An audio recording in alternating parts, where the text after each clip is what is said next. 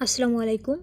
প্রিয় শিক্ষার্থীরা, কোর্সটিকে আজকে আমি আলোচনা করব ষষ্ঠ শ্রেণীর চারুপাঠ বইয়ের সততার পুরস্কার এই গল্পের গুরুত্বপূর্ণ কিছু অনুধাবনমূলক প্রশ্ন উত্তর নিয়ে, যেগুলো তোমাদের পরীক্ষায় সৃজনশীল প্রশ্নের খ নম্বরে থাকার জন্য উপযোগী। আমরা আলোচনা করছি ষষ্ঠ শ্রেণী বাংলা প্রথম পত্র চারুপাঠ অধ্যায়ভিত্তিক অনুধাবনমূলক প্রশ্নের উত্তর। সততার পুরস্কার লিখেছেন মোহাম্মদ শহীদুল্লাহ। প্রথম প্রশ্নটি হচ্ছে, স্বর্গীয় দূত মানুষের ছদ্মবেশ ধারণ করেছিলেন কেন? স্বর্গীয় দূত মানুষের ছদ্মবেশ ধারণ করেছিলেন পরীক্ষা নেওয়ার জন্য। তোমরা নিশ্চয়ই এটা পড়েছো, আমি মনে করিয়ে দিলাম। তো এই প্রশ্নটির উত্তর আমরা ঠিক এভাবে লিখব, ফেরেশতা হলেন আল্লাহর দূত, তারা নূরের তৈরি। মহান আল্লাহ মানব জাতিকে কখনো কখনো পরীক্ষা করে থাকেন। এ পরীক্ষা তিনি সবাইকে একইভাবে করেন না। আল্লাহ তাআলা এমনইভাবে 3 জন ইহুদিকে পরীক্ষা করার জন্য ইচ্ছা পোষণ করলেন, আর এ কাজের দায়িত্ব দেন একজন ফেরেশতার উপর। আল্লাহর দেওয়া হুকুম পালন করে ইহুদিদের পরীক্ষা করার জন্য স্বর্গীয় দূত মানুষের ছদ্মবেশ ধারণ করেছিলেন। 2. এক ফেরেশতা কি জন্য ইহুদি বংশের 3 লোকের কাছে গিয়েছিলেন? এটা হচ্ছে পরীক্ষার জন্য। উত্তরে লিখব, আল্লাহর নির্দেশে এক ফেরেশতা ইহুদি বংশের 3 লোকের কাছে গিয়েছিল তাদের পরীক্ষা নেওয়ার জন্য। আল্লাহর নির্দেশে ফেরেশতা ধবল রোগী, টাকওয়ালা ও অন্ধ ব্যক্তির কাছে গেল। পূর্বের রোগ মুক্তির পাশাপাশি তারা উট, গাবি, ছাগল ইত্যাদি লাভ করেছিল, যা পরবর্তীতে বহুগুণে বর্ধিত হয়। এবার ফেরেশতা তাদের কাছে একটি উট, গাভী ও ছাগল চাইলে অন্ধ ব্যক্তিটি ছাড়া বাকি 2 জন তা দিতে অস্বীকার করল। অন্ধ ব্যক্তি তার সততার পুরস্কার পেলেও অন্য 2 জন সম্পদ হারিয়ে পূর্বাবস্থায় ফিরে গেল। 3. সততার পুরস্কার গল্পের 3 জনের সমস্যাগুলো কী ছিল? সমস্যাগুলো ছিল ধবল রোগী, একজন টাকওয়ালা আর একজন অন্ধ। তো এ প্রশ্নের উত্তর আমরা এভাবে সুন্দর করে লিখব, গল্পের 3 জন প্রধান চরিত্র হলেন একজন ধবল রোগী, একজন টাকওয়ালা, একজন অন্ধ। ধবল রোগীর গায়ের চামড়া বিকৃত ছিল, টাকওয়ালার মাথায় চুল ছিল না এবং অন্ধ ব্যক্তি দৃষ্টিশক্তিহীন ছিল। তারা প্রত্যেকেই নিজেদের শারীরিক সমস্যার কারণে সমাজে অবহেলিত ছিল এবং আল্লাহর কৃপা কামনা করত। 4. ফেরেশতা কিভাবে ধবল রোগী ও টাকওয়ালাকে শাস্তি দেন?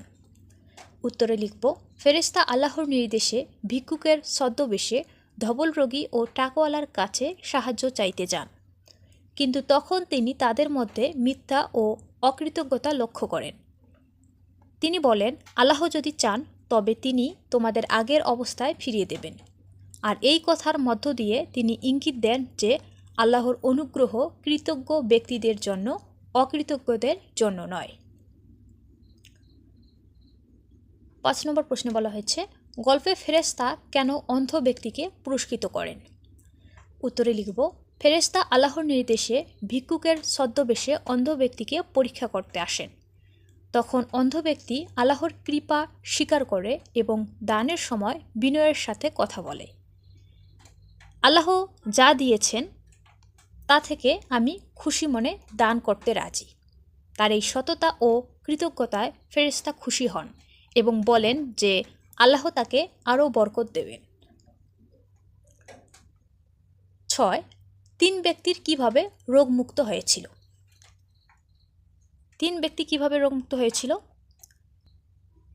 গায়ে হাত বুলিয়ে দিলে ধবল রোগী সুস্থ হয়, মাথায় হাত বুলিয়ে দিলে টাকওয়ালা সুস্থ হয় এবং চোখে হাত দিলে অন্ধ ব্যক্তি সুস্থ হয়। এভাবে রোগমুক্ত হয়েছিল, আমরা পড়েছি গল্পে। তো আমরা সুন্দর করে এ প্রশ্নের উত্তর এভাবে লিখব, সততার পুরস্কার গল্পে 3 ব্যক্তি আল্লাহর নির্দেশে ফেরেশতার মাধ্যমে রোগমুক্ত হয়েছিল। 3 ব্যক্তি ছিল ধবল রোগী, টাকওয়ালা ও অন্ধ। ফেরেশতা গায়ে হাত বুলিয়ে দিলে ধবল রোগী, মাথায় হাত বুলিয়ে দিলে টাকওয়ালা ও চোখে হাত বুলিয়ে দিলে অন্ধ ব্যক্তি রোগমুক্ত ও সুস্থ হয়ে যায়। এরপর 7 নম্বর প্রশ্নে বলা হয়েছে, অন্ধ ব্যক্তির প্রতি আল্লাহ খুশি হয়েছেন কেন? কারণ অন্ধ ব্যক্তি ছিল সৎ এবং তার মাঝে কৃতজ্ঞতা বোধ ছিল। উত্তরটি আমরা এভাবে লিখব, অন্ধ ব্যক্তির সততা ও কৃতজ্ঞতা বোধের কারণে আল্লাহ তার প্রতি খুশি হয়েছেন।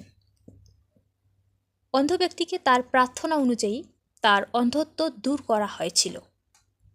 সচ্ছলতার জন্য তাকে দেওয়া হয়েছিল একটি গাভীন ছাগল। সে গরিব থেকে আমিরে পরিণত হয়েছিল।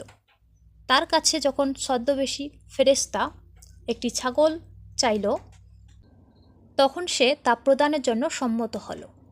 তার এই কৃতজ্ঞতা বোধের কারণে আল্লাহ তার প্রতি খুশি হলেন।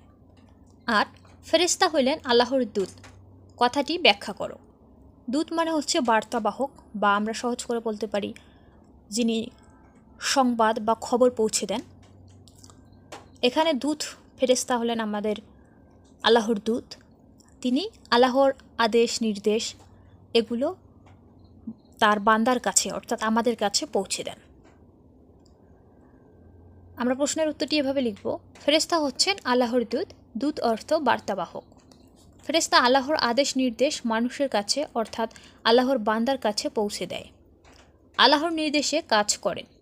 আল্লাহ রাব্বুল আলামিন যা বলেন বা নির্দেশ দেন তা পালন করাই তাদের একমাত্র কাজ। 9. ধবল রোগীকে গাভীন গাই কেন দেওয়া হয়েছিল? উত্তরে লিখব, ধবল রোগীকে তার দারিদ্র দশা থেকে মুক্ত হতে গাভীন গাই দেওয়া হয়েছিল।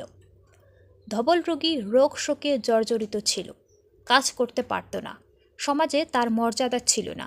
তার সততা ও কৃতজ্ঞতা পরীক্ষা করতে তাকে গাভীন গাই দেওয়া হয়েছিল। সর্বশেষ 10 নম্বর প্রশ্নটি হচ্ছে, ধবল রোগী আর টাকওয়ালার ব্যবহার কেমন ছিল? তাদের ব্যবহার ভালো ছিল না। অন্ধলোকের ব্যবহার কিন্তু ভালো ছিল, তিনি সৎ ছিলেন।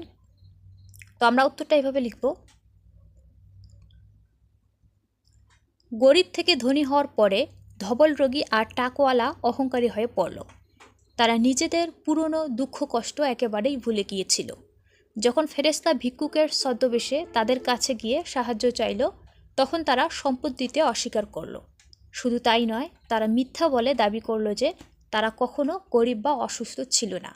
এতে করে তাদের অহংকারী এবং আল্লাহর নিয়ামতের প্রতি অকৃতজ্ঞতা প্রকাশ পায়। শিক্ষার্থীরা, এগুলো হচ্ছে সততার পুরস্কার গল্পের গুরুত্বপূর্ণ অনুধাবনমূলক প্রশ্ন উত্তর।